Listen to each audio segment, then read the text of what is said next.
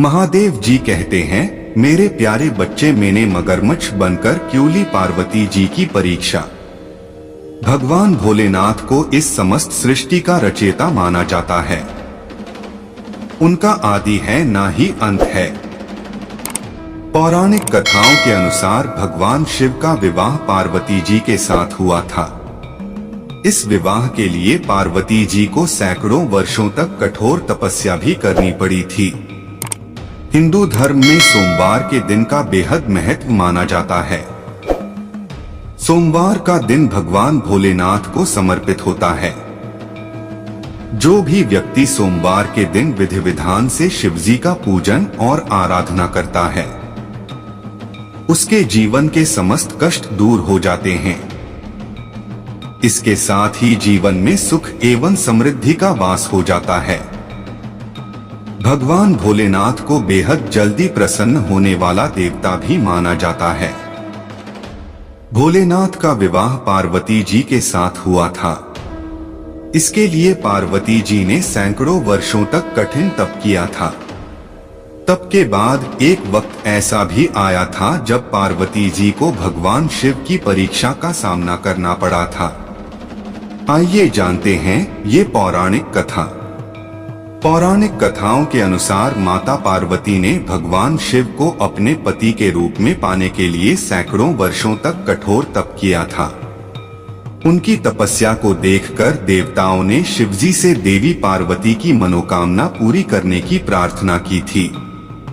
इसके बाद भोलेनाथ ने सप्तर्षियों को पार्वती जी की परीक्षा लेने के लिए भेजा। इस परीक्षा के दौरान सप्तर्षियों ने शिवजी के ढेरों अवगुणों को बताते हुए माता पार्वती से शिव जी से विवाह न करने का कहा, लेकिन पार्वती जी अपने निर्णय से टस से मस नहीं हुई। इस पर खुद भोलेनाथ ने माता पार्वती की परीक्षा लेने का निर्णय लिया। माता पार्वती के तप से प्रसन्न होकर शंकर जी उनके सामने प्रकट हुए और उन्हें वरदान देकर अंतर्ध्यान हो गए। कुछ क्षणों बाद ही एक मगरमच्छ ने एक लड़के को पकड़ लिया और लड़का मदद के लिए पुकारने लगा। बच्चे की आवाज सुनकर पार्वती जी नदी किनारे पहुंची और उनका मन द्रवित हो गया। इस बीच लड़के ने माता पार्वती को देखकर कहा कि मेरी न माँ है, न बाप, न कोई मित्र ही है। माता, आप ही मेरी रक्षा करें। इस पर पार्वती जी ने मगरमच्छ से कहा कि ग्राह इस लड़के को छोड़ दें। इस पर मगरमच्छ ने कहा कि दिन के छठे पहर जो मुझे मिलता है उसे आहार बनाना मेरा नियम है। पार्वती जी के विनती करने पर मगरमच्छ ने लड़के को छोड़ने के बदले में पार्वती जी के तप से प्राप्त वरदान का पुण्य फल मांग लिया। इस पर पार्वती जी तैयार हो गईं। मगरमच्छ ने बालक को छोड़ दिया और तेजस्वी बन गया। अपने तप का फलदान करने के बाद पार्वती जी ने बालक को बचा लिया और एक बार फिर भोलेनाथ को प्रसन्न करने के लिए तप करने बैठ गई। इस पर भोलेनाथ दोबारा प्रकट हुए और पूछा कि तुम अब क्यों तप कर रही हो? मैंने तुम्हें पहले ही मनमांगा दान दे दिया है। इस पर पार्वती जी ने अपने तप का फल दान करने की बात कही। इस पर शिवजी प्रसन्न होकर बोले, मगरमच्छ और लड़के दोनों के स्वरूप में मैं ही था।